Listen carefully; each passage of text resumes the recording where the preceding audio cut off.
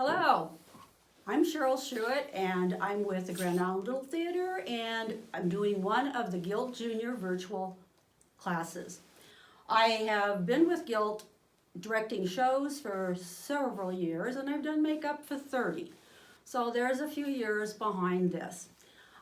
First of all, I'm going to show you basically what we do to develop a standard look when a person gets on the stage. So here we go. I got some mannequins to work with. Okay, this is what I would do if I had a young girl who was going to be on the stage. She would have base, and the base would be a darker color, about a shade darker than her skin. And why? Because if I put her up there in her normal color, she's going to fade into a ghost. That's why we do makeup for everybody. We won't see your face, we won't see your lips, we won't see your eyes, so we make sure we can find them. I fill in the eyebrows as needed. Some of them are very thin, some of them don't need any work at all, but that's one thing we check. I also want to bring your eyes out, so we will line your eyes underneath, sometimes over the top lid. Guys don't like that one very much. Young ladies always have kind of a rosy touch to their cheeks, and so we add some blush to help that out. And on young people, I usually use a color that is very close to their lip tone. And so that's why this one is pretty dull, but it gives us what we need. We can find your lips on stage. Next, we're going to take a look at what I do with a boy. And yes, boys, you have to have makeup too. And I have to do something different than with the girls, because if I put you up there like the girls, you're going to look like one. So I have a gimmick to make it work. If you've ever looked in a mirror really close at yourself, you're going to notice that your skin tone is not the same all over. There's variations in your color. So what I do after I get the makeup base on, I will take lowlights, and I will find spots on your face that are normally different colors. So you're going to see some lowlights here, some at the temple, some on your cheeks, some on your chin. Once in a while, I'll do some on the side of your noses. I do the same thing with your eyebrows. I will fill them in if they're thin or too light. And again, your lip color is as close to your lip shade as I can get it, but darker so we can find your mouth. If I don't do this, guys, when I put you up on the stage, you truly are going to look like a girl. And that's not what you want.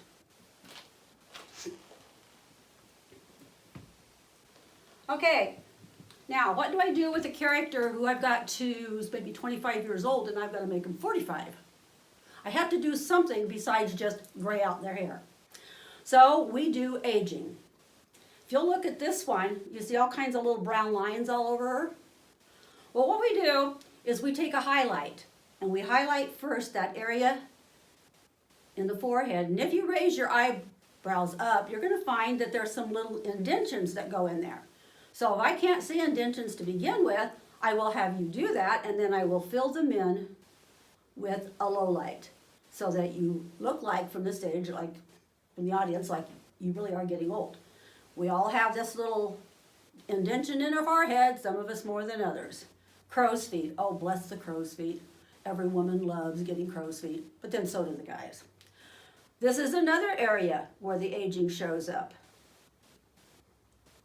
We have this thing called gravity, which affects our skin, and it tends to droop as we get older. Around the lips, under the lips, we also have lines, and so I bring those out. And then I put a darker lipstick on her because ladies usually wear a darker lipstick. They kind of want those lips to stand out. I will also line under and over their eyes, fill in their eyebrows, and we have an aged character. Okay, we're going to take a short break right now. If you want to come back in a little bit, we've got some more really fun stuff to show you. Thank you, and we'll see you in a minute. Welcome back to Guild Junior Makeup, Part 2.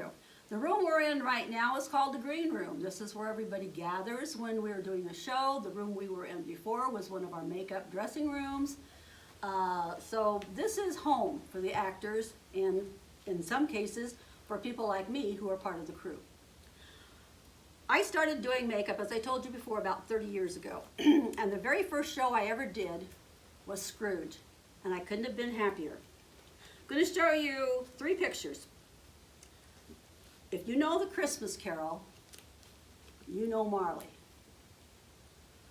This is what Marley looked like when I started on him.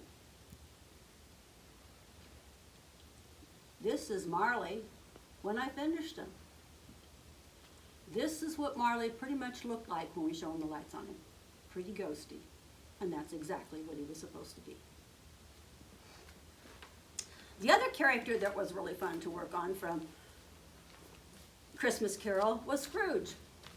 When I do a character like Scrooge, I will find a picture that people see quite frequently, and I'll put that up behind the person I'm working on and try to design the face to match the picture as closely as I can.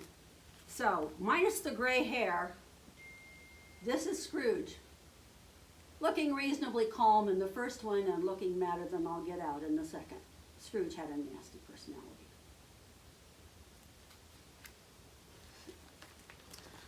The biggest challenge for that show is I needed a young lady who was about 35, 38 years old. Unfortunately, we didn't have one to cast. So we took a 15-year-old and turned her in to a 38-year-old.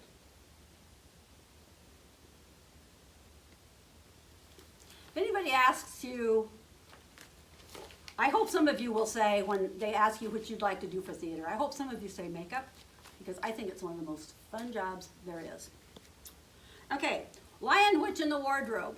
I don't know how many of you are familiar with that, but that was another show I got to do that was fun. Welcome to the Witch.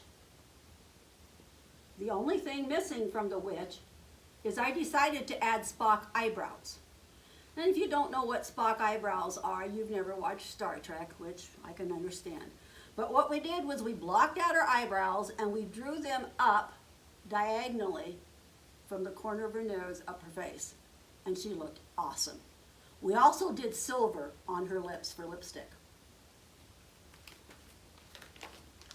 We needed a ghoul. Well, of course, nobody's ever seen a ghoul. So we made one up, as scary as we could possibly make him.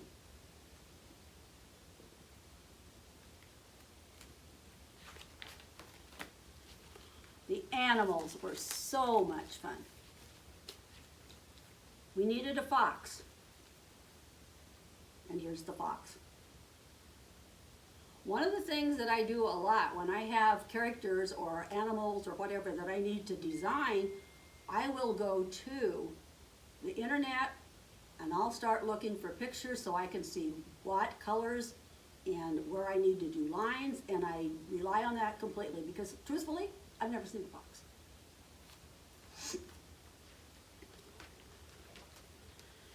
Okay, the other thing that we needed was a crow. And we weren't going to have somebody out there flitting around with wings and a black dress and mask over her face.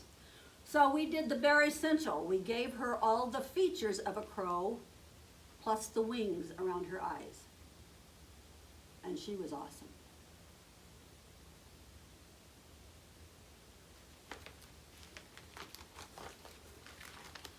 Well, one of the most important characters in that show, which was named The Lion, Witch, and the Wardrobe, was the lion.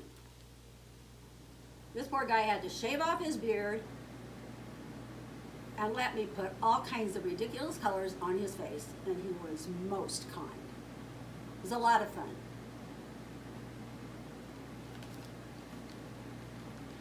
There's got to be a scary one somewhere. So may I introduce you to the scary wolf in The Lion, Witch, and the Wardrobe.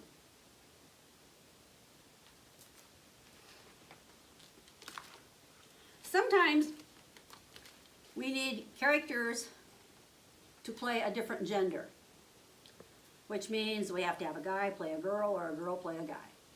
I'm going to show you a picture that I cut out of the paper of a young lady who turned herself into Superman. Fascinating. I couldn't do that, and I admit it. I have had my chance, though, to turn a guy into a lady. He's never lived it down, and I won't let him.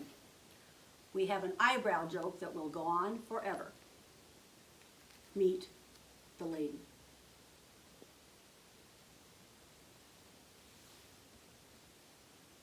And truthfully, from the audience, if you wouldn't have known that was a guy, you never would have suspected it.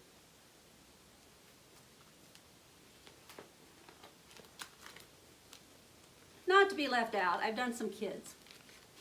And one of the shows that I did with, where I did makeup for kids was You're a Good Man, Charlie Brown.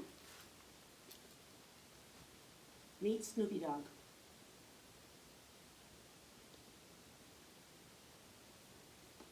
And of course, everybody knows about Woodstock.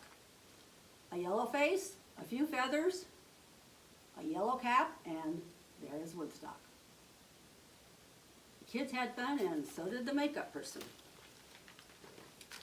Well, that's pretty much it for makeup. I wish you were here. I wish I was here that we could do this in person because it's really a lot of fun.